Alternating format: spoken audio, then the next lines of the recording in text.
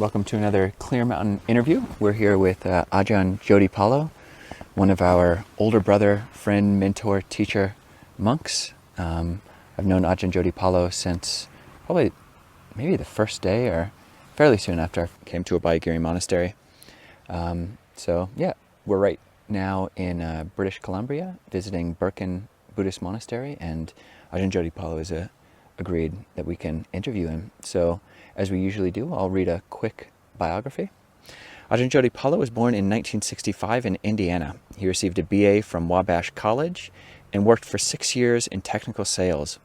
Prior to ordination, Ajahn Jotipalo became interested in theravada Buddhism after sitting several Goenka retreats, and lived for 1 year at a Hindu ashram called the Kripala Center in Stockbridge, Massachusetts, and 1 year at the Insight Meditation Center Society, in Barre, Massachusetts.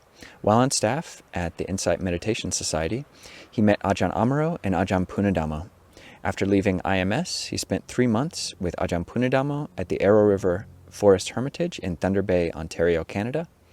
And after this, Ajahn Jotipalo came to live at Abhayagiri in 1998 and subsequently spent 2 years training as an Anagarika and Samanera. He finally ordained as a bhikkhu with Ajahn Pasano as preceptor on Ajahn Chah's birthday, June 17th in the year 2000. Since that time, Ajahn Jotipalo has stayed at Ajahn Chah branch monasteries in Thailand, Canada, and New Zealand. In 2018, Ajahn Jotipalo spent 1 semester as a visiting fellow studying... Full year. A full year, okay. Spent a full year as visiting fellow studying iconography at St. John's University in Collegeville, Minnesota. For the last 3 years, Ajahn Jotipalo has been living with Ajahn Sona at Birken Monastery in British Columbia, where we are now. Ajahn, thank you so much for agreeing to... My pleasure. Yeah. So it wasn't a full year, it was a full academic year. So it was like 8 months. Okay. Well, that might be a nice place to start. That's something which most Theravada monks, certainly American Theravada monks, don't have much experience with. That is this overlap of the generative aspect or even the artistic aspect and the artistic outlet of being a monk. And I'd be curious to hear more about either how that impulse has manifested in you. I know on your webpage, the Icon Yukon webpage, you talk a little bit about starting up art again after taking a bit of a break when you first ordained. But yeah, maybe you could give us a bit of that history. Right. One of my cohorts in the very first Icon retreat that I did was Ajahn Kovilo. He sat, I think he went just to chaperone me, but or did you go because you were interested? I did go. I painted St. Gabriel. Yeah. One of us did Gabriel, one of us did Michael, I forget. I think you did Michael and I did Gabriel. Actually, I was an art major in college, and it was a liberal arts education, so it was more like art history or how to talk about how to communicate and using art as a medium. I never intended it to be like a profession. I never wanted to be a professional artist to depend on that for survival. Basically, though, after college, I really didn't do much painting. I did do a series of 10 paintings about whitewater kayaking that I thought came out, really, really well. But then when I discovered monasticism and just meditation in general, that kind of interest died.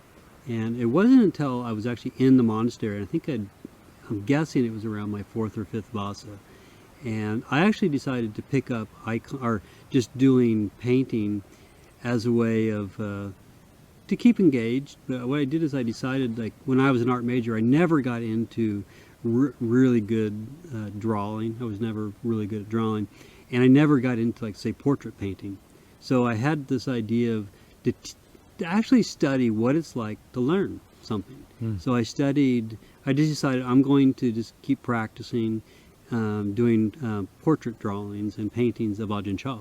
I just took one image of Ajahn Chah, kind of the famous one that he's kind of young Ajahn Chah, and I just kept painting it over and over and over again until I got to where I could do it 95% of the time accurately. Yeah, here's we can show later up the script. Here's, like, I was using this really kind of cheap fabric paint, and But I just kept doing it over and over again until I felt like, yeah, I was proficient at it. And then I lost interest, and it was, what I talk about to people, it's like, it was actually sort of putting forth right effort, learning how I learned a new skill and just paying attention to the effort it took to do it. So a lot of it was like, you just started seeing the moods of the mind. Like some days I'd just really be interested and I'd paint or draw or paint for 5 or 6 hours. And other days I'd sit down and I wouldn't want to do it at all. But because I made a determination, no, every day you do this, even if it was only for like a half hour, I would sit down and do it. And then there'd be certain days where like all I would do would be to clean my paintbrushes. And I remember one of my professors in college told me, he said, never leave the studio feeling bad. He said, always try to, and this is a good way to, like, for meditation too, like never leave a meditation when you're feeling bad. And so even if the meditation was bad, brought up bad memory or something, you can dedicate the merit at the end of that to your loved ones, to your friends, or someone you know is in need. You can just having that aspiration, like, okay, if any goodness came from this today, I dedicate this to my best friend. And then you can feel good about that. The rest of the meditation may have been a disaster, but you can feel good about that last bit. The way I tell the story is that we were on a winter retreat, and it was, how Ajahn Pasno and Ajahn Amaro would have it, where we do like 2 week, where we have like, full practice and then half practice and then just unstructured. And we were in the middle of an unstructured period, and for some reason it was like the best week, the best day of weather, and it was like, mid 60s, and I did walking meditation all day long. I used to love walking meditation, so I was just doing walking meditation. And just as it started getting in the evening, I went and sat down in my cabin for a cup of tea, and I was ready to fall asleep. I was just falling asleep, and I was like, it was like part of me saying go lay down, but I was just like, I don't want to fall asleep at like 6 in the afternoon because I'll be up at midnight and then it'll just throw my whole schedule off. So I was like, I got to do something. So I was like, well, if I read a book, I'm going to fall asleep. If I can't go out and do walking meditation, I'm already too tired from that. And all of a sudden I remembered, I have 4 drawings of Ajahn Chah that I started many years before. Ajahn Yaniko and I were reading about Native American spirituality at that point, and I had this vision just popped in my head. I'm going to do 4 paintings of the Native American Lakota colors: red, black, white, and yellow. I'm going to do 4 Buddha images in those colors.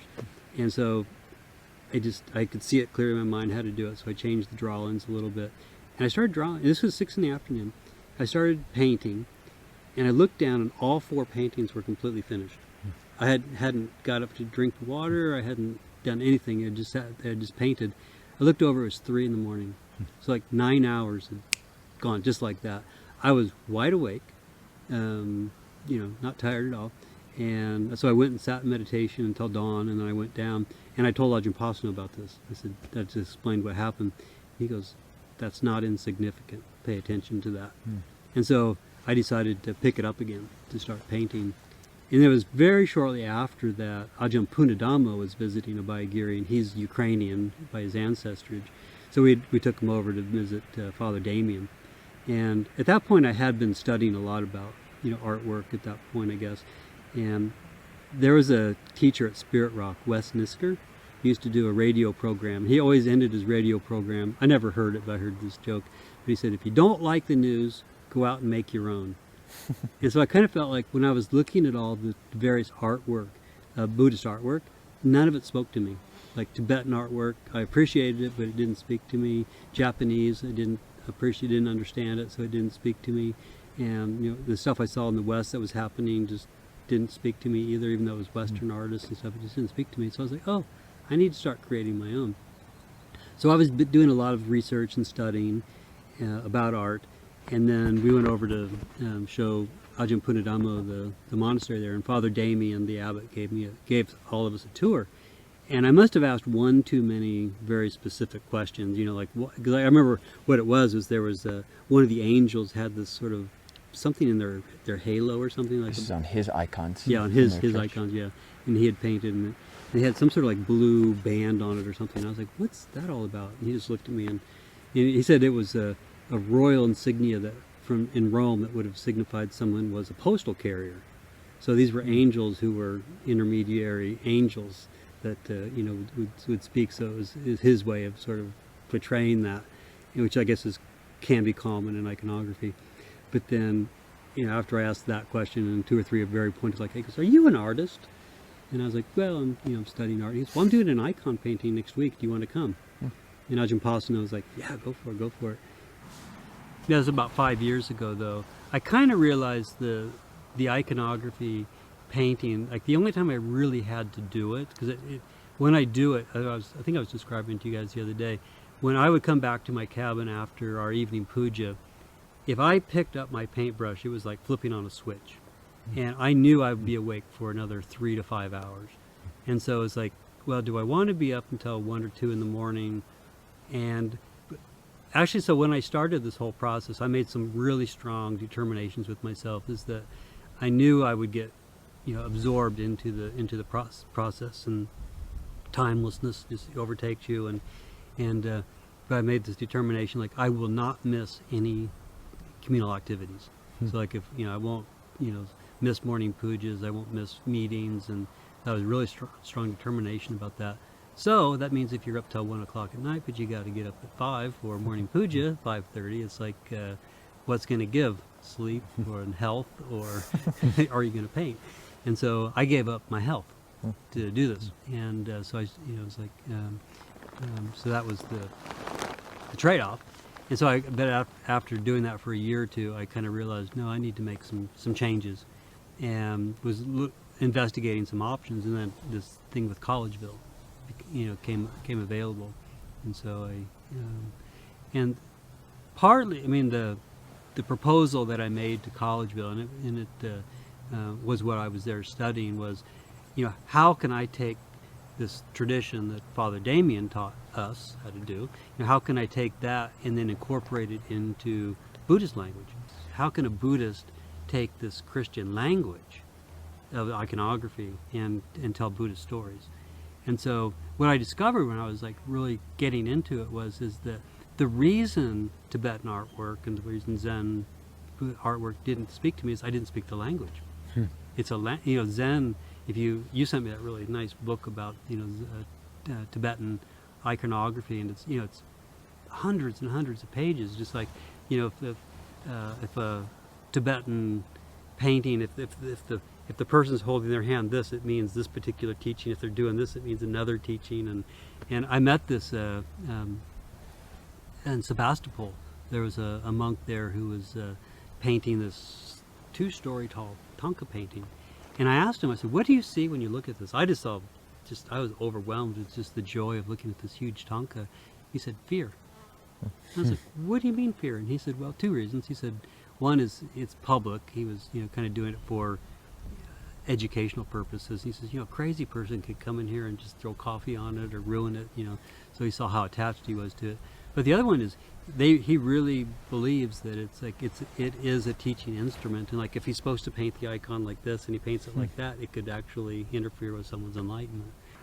St. John's is more, it's not part of, say, the Eastern Orthodox Church, so it's like icons don't mean anything to them, really. And they had a couple of icons out one day for a feast day out in their hallway where the monks entered, because I would pray with the monks. I'd go in every day with them and sit in the choir with them. And what happened was that they had one of these icons out front, and I came over and I was looking at it, and one of the monks there, because like they don't speak that language either, because you grow up studying the iconography and the language that it tells. And he said, what are you looking at? I said, I'm just totally amazed that you have an Aidenhart icon. He goes, "You know who painted it?" But I had this idea. I wrote to him and I said, is it appropriate for a Buddhist monk to be using Christian iconography language to tell a Buddhist story? And he wrote back, he says, well, actually the process itself is neutral. It's just a language.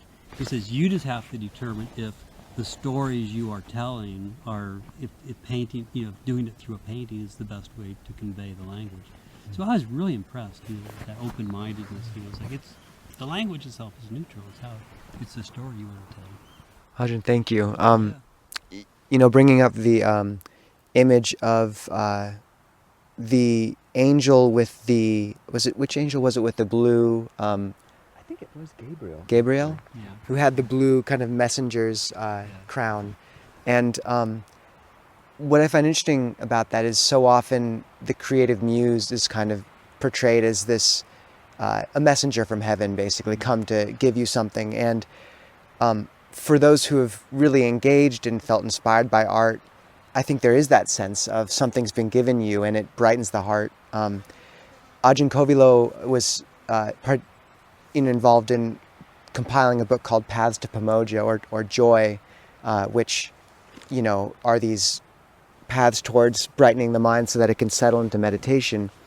And I'm curious, Ajahn, what you would say about, in the theravada we don't, we have a lot of language for analytically moving through the states of the mind, but that language that is semi-poetic, that seems to touch on some sort of, whatever art taps into, and that brightening influence for those who are inclined towards it. And I think that can be really important for some people. So I'm curious, what advice would you have towards practitioners who find maybe their practice is a bit dry, or they're, in terms of brightening, and how would they incorporate this insight into their own lives as practitioners? Right. After I did that first icon workshop with Father Damien, I gave a series of 3 talks there. I think they're still on Abhayagiri's website, called The Artist Way, 1, 2, and 3. And as is often the case, like, especially when you're a junior monk at Abhayagiri, if you're giving a talk, you might get 1 or 2 people commenting about the talk, or a layperson comes up to you maybe once and asks, "What did you mean by that?" Clarification.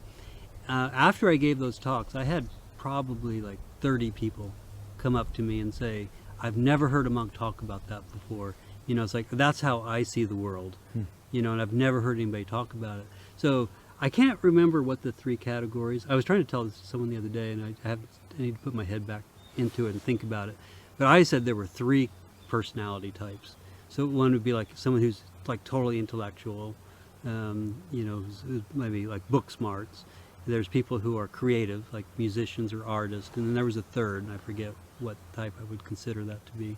But and so I feel like what I used to say is, at the time, it was like all of the talks we give at Abhayagiri, or if you read Dhamma books, or just basically Dhamma talks anywhere online, it seems like it's coming from the intellectual aspect of it. People do tell their own personal stories, and we can use anecdotes, and we relate to it in different ways other than just, say, reciting the suttas. But it seems to be more analytical, whereas with the artwork, it was obviously approaching it from a way that, and I was talking about too, like, how it affects my mind and how it affects my meditation, and that's what I think people were more. To me, it's like the finished product. I think Ajahn Kovilo has the largest Jotipalo collection of paintings, and they were all ones he pulled out of the garbage. and Take more. It's that process of making it, what happens in the mind, the energy I get, the repetitiveness of it, the discipline of it, and so that's what kind of excites me. But what I realized, though, is like, when we teach lay people, we're almost always coming from the intellectual side, but yet the training we received as Buddhist monks is almost entirely from the creative side. Like, when you're in Thailand, you learn how to make your broom that you clean your cabin with. There's a huge emphasis on how clean your cabin is. Like, every day you polish the floor with a coconut husk. We sew our own robes. It's just every aspect of the monastic training is around creativity. Every aspect of it. And I was just like, so that's weird. Like, we don't even appreciate the creativity aspect of our own training, but we do it almost continually.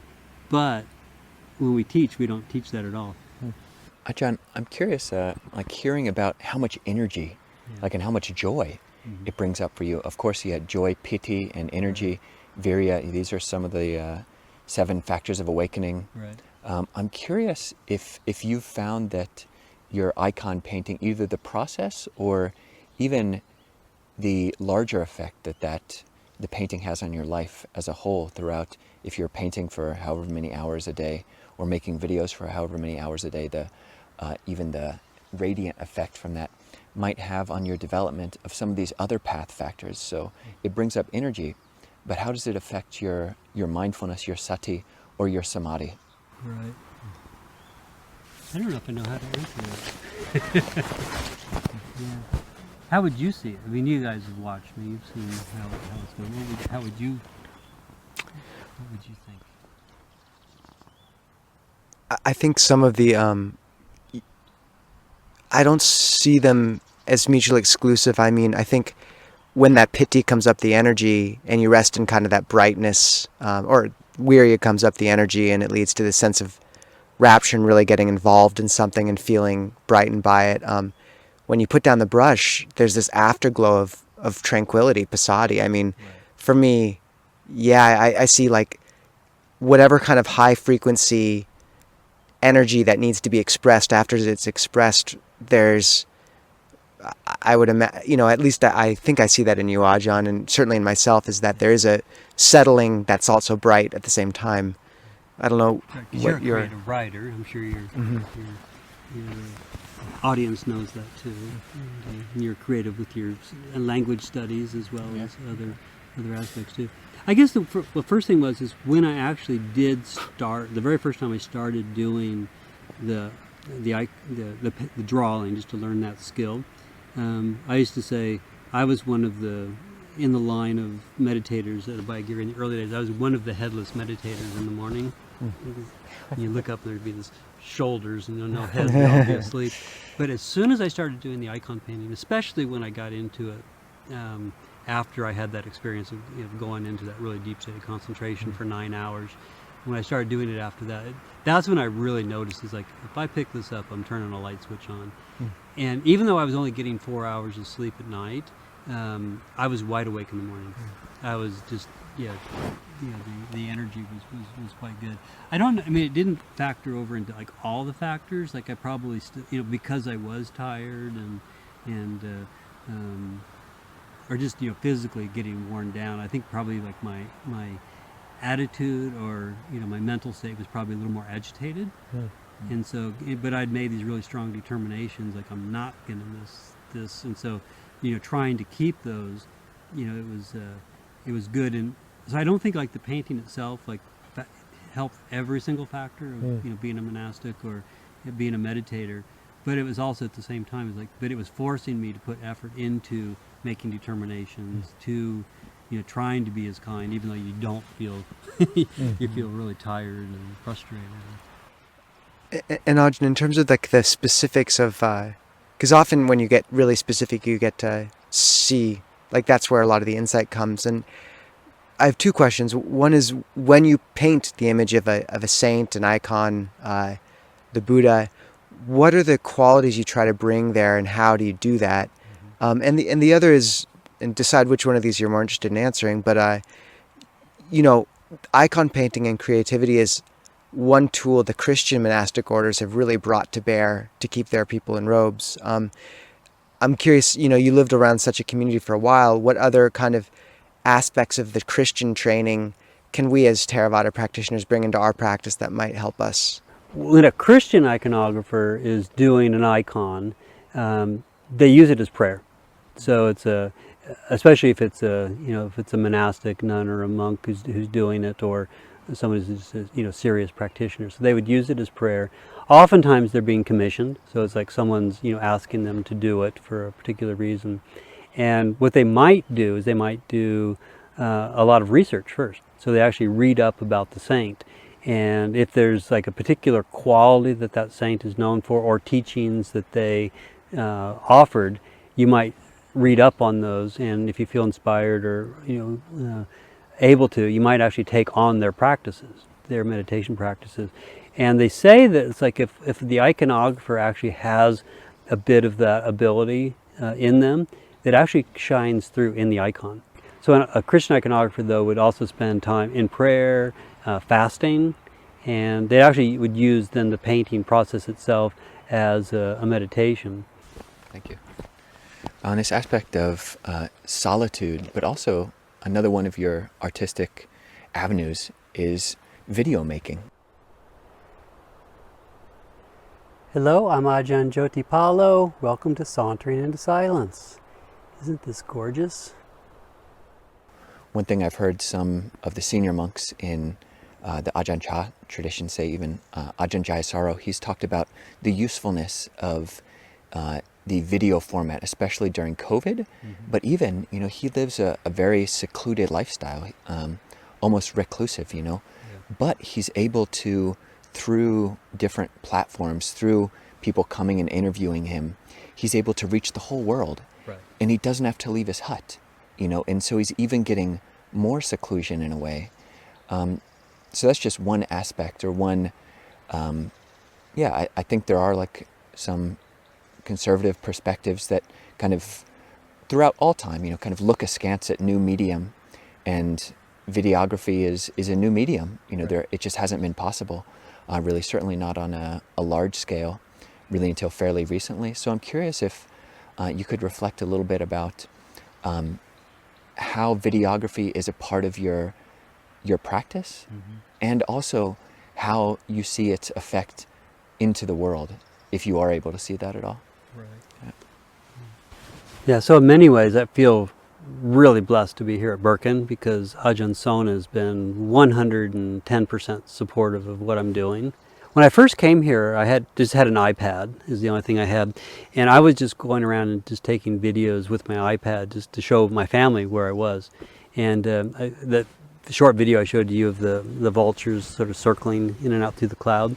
As soon as I took that, I just sort of had this realization that it's like, oh, I have all these other videos that I took that summer, and I know exactly how I want to make that into like a 5-minute little video. And I could see it clearly in my head. So there was a woman here named Dinka who was doing most of the video work for Ajahn Sona at that point. And she worked with a very complex DaVinci, was the editing software. And so she sat down one time and sort of showed me how she did it. And then I kind of gave her like almost second by second instructions of how I saw this video flowing. And then came back like 2 days later and she had it finished. And we made some back and forth on it. But there was something about me that's like, when I was growing up in high school and college, I always kind of had in the back of my mind I wanted to make movies, but it was expensive. You had to have cameras, and it just it was out of the means for somebody like me. And so it wasn't until I had this iPad and I made that video, I was like, oh my gosh, I can do this with just a little tiny. You can do it with a little camera the size of this. When I was in high school and college, I would go, if I saw a movie that intrigued me, that I liked, I would go back and watch it 4, 5, 6 times in a row. In the theater. In the theater, yeah. And I would each night go back and just mentally, it was like I would be paying attention to the dialogue, or I'd be going back and paying attention to how the music affected the mood of it, or it is various different aspects to it. And I would do that with any good movie that I saw. So I've been training myself since high school to be a videographer, and didn't really know it until last year. Ajahn Sona asked if I would make a movie about our work scene we did last year. So I made him this 50-minute long movie. And as soon as I hit the send button, I broke into tears. And it was a really emotional moment for me, because I realized, wow, that was a lifetime vision, goal, dream that I had that I actually had never put into words. And it's like, when it happened, it was just like, wow, I just accomplished something that I've been working my whole life to do. And so at a certain level, it's like, there's been so many videos that I've made, like, I do like making them to music, and so I know that's controversial in the Thai forest tradition, but like Ajahn Sona, what he points out is like, we don't live in 5th century BC.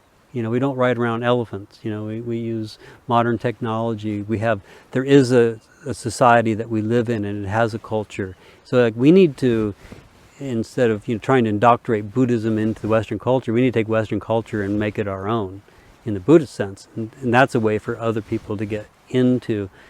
But I like using music because it gives me a template to actually I can cut a frame any way I want to. Like, there's a bird flying, but where do you cut it? But if there's a chord change in a song, or a new instrument enters into it, like, there's all these places you can use it as a scaffolding for your creation. So that's why I like using using music. Like, I don't have a very good memory for chanting, for even Dhamma talks. Like, I'm glad you haven't asked me, what's your favorite sutta, or what do you think about this sutta? Because I hear it and I can appreciate it. I can understand when I'm listening to it. But literally, like 5 minutes later, I won't remember who even the sutta was about. It's just something in my mind. Just I don't have that kind of mind. So it's interesting. We're talking about, there's these different personality types, and I'm just not, as far as I know anyway, that's not my calling, is to be someone to give sermons that way. But I think I can do it through visual means. One thing I find interesting is how rich when we asked about sort of the practical means of what you try to bring to a painting, there was such depth in what came out of nowhere. I didn't expect, this sort of history of like how the Christians use it as prayer and all this. And I find that very interesting when, that distinction between working with the world and with craft and the sort of spiritual realm, that distinction becomes blurred or non-existent. Like I ask about how you work with a painting and suddenly there's this, amazing discussion of prayer. I'm curious if there's any other really interesting principles that you've learned, tied to tradition or not, around, selection of color or materials for an icon. I know there's that, I think it's called the trifold? Triptych. The triptych. And how you see that done in a Buddhist context. Like all those basics of the craft. And I know preparing the triptych is an important aspect of the whole process as well. Right. So, yeah. Well, from the Christian perspective, Ajahn Kovilo could have answered this question. The icon board is like, every aspect of it is from nature. So it's like, he doesn't use like acrylic paints, even though, everything comes from nature at some level, I guess. But it's like, it's a wooden board that's been processed. It's got this, the gesso's made out of, unfortunately, it's like rabbit skin glue is what they use, but it's like chalk or marble dust. It's like elements from the earth to make the board. The medium that you paint with is actually the egg yellow. So it's, this organic element, and the colors all come from, usually they're minerals, so it's ground up. It's either clays or minerals that are ground up into these fine colors. And so like everything is from, in a Christian tradition we look at it as like these are gifts from God, but it's like from the earth, and it all fits together to create this image of the divine. So you're using worldly elements to create an image of the divine, which is a window into the divine. Use of color. It's interesting. It's like Ajahn Sumedho's sister, who just recently passed away, Virginia. I showed her an icon I had of Saint Francis, one of the first ones. It was actually, I think it was a triptych that I had, that I made. And I painted him in black robes, and she was like, no, you St. Francis is always wearing brown robes. I said that to Father Damien, the icon painter, and he just sort of rolled his eyes. He goes, you can paint in whatever color you want. For every rule, there are certain rules. It's like there are certain saints that you would paint them a particular way, because when they're painted that way, you just know that's who it is. And so it's a language. But even like language, you can cut off the last few consonants of the word just to make it sound something different, like rappers do. It's still language, but it's just not exactly what it was. So there's give and take with it. So yeah, color has significance. The shapes, the forms do have significance. And so it was interesting to me. It's like so a lot of what I did there was really just sort of, going deeper into the Christian iconography and figuring out the language that they were painting, or, how they were conveying things. But then like, I actually have hesitancy to go deeper into the Buddhist aspect of it, because in a Christian iconography, it's like they already have the canon set. So like, these are the stories you can tell. These are the colors, schemes that you can use. This is how you paint. Saint Anthony he always has a beard, and he's painted this way, and so. But it's like, what does Sariputta look like? It's like I can go and look at what Saint Anthony looks like, and they're all it's pretty much the same. But it's like I felt subconscious trying to say this is what the Buddha looks like in my vision, or this is what what Moggallana, Mahamoggallana would look like, and I really felt kind of hesitant to do that. This is my favorite story about icons, and I can go on for hours about icons.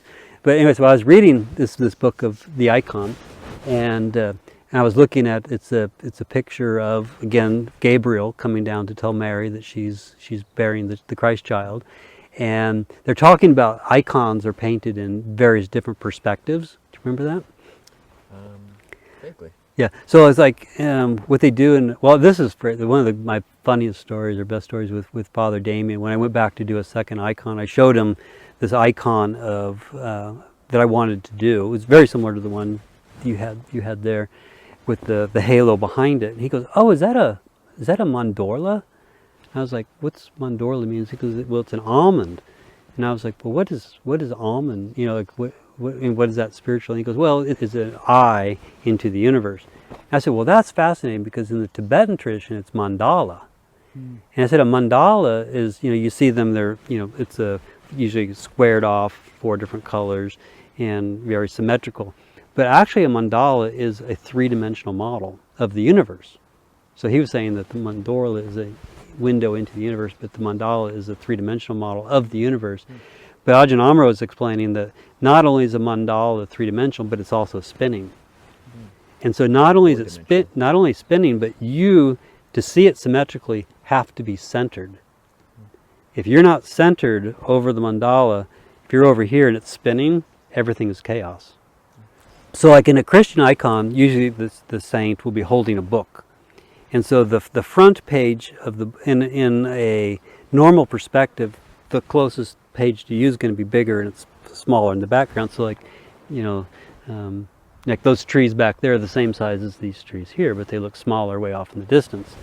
So the vanishing point in a normal painting or in a landscape, normal landscape, the vanishing point is behind us. That's the vanishing point. So they do a reverse perspective in icons. So when the saint is holding the book, the back page is bigger than the front page. So the vanishing point in an icon is you. That's fascinating. Ajahn, I also remember that point, and then also about coloration or about shadowing. Yeah. So it's like, Yep.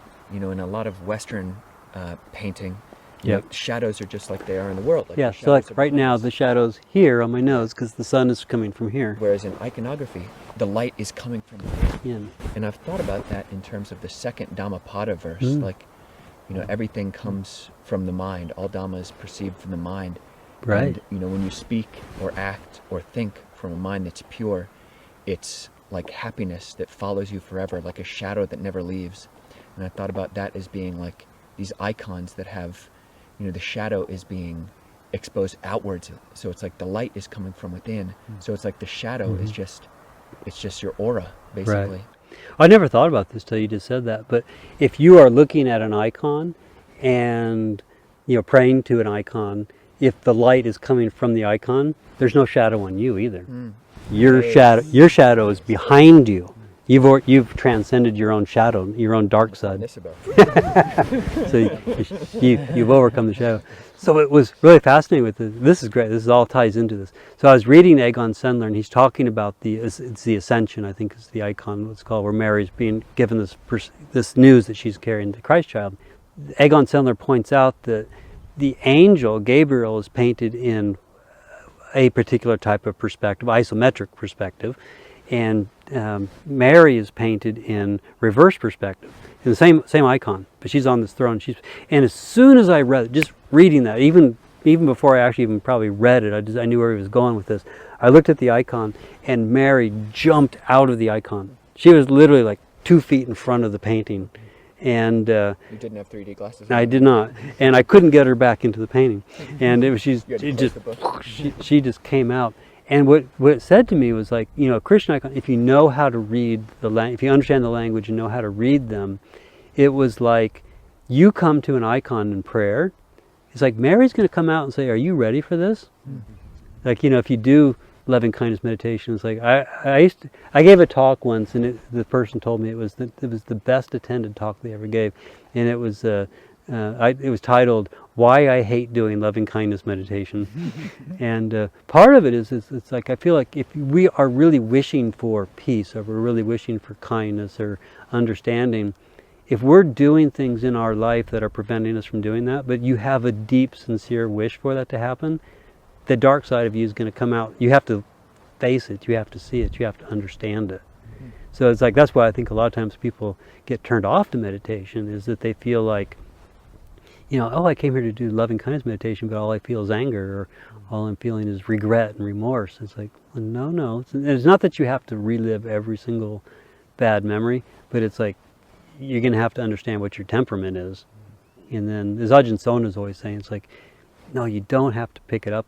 You don't have to pick up the pain and the sorrow. It's just, you just have to develop that, see that that's not worth picking up, and then you do develop the kindness and the goodness and focus on that, and then it just eradicates the negative. You don't have to process everything. It's not a psychology that we have to understand every bad thing we ever did.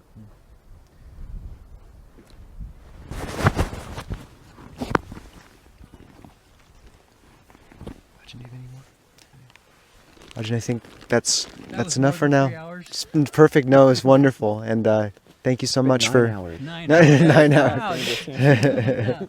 Thank you so much, Ajahn, for your guidance, for bringing kind of this other splash of color to things, and for taking the time with us. A splash of color. That's why I like to saunter. All right, we didn't even get into sauntering. Next time.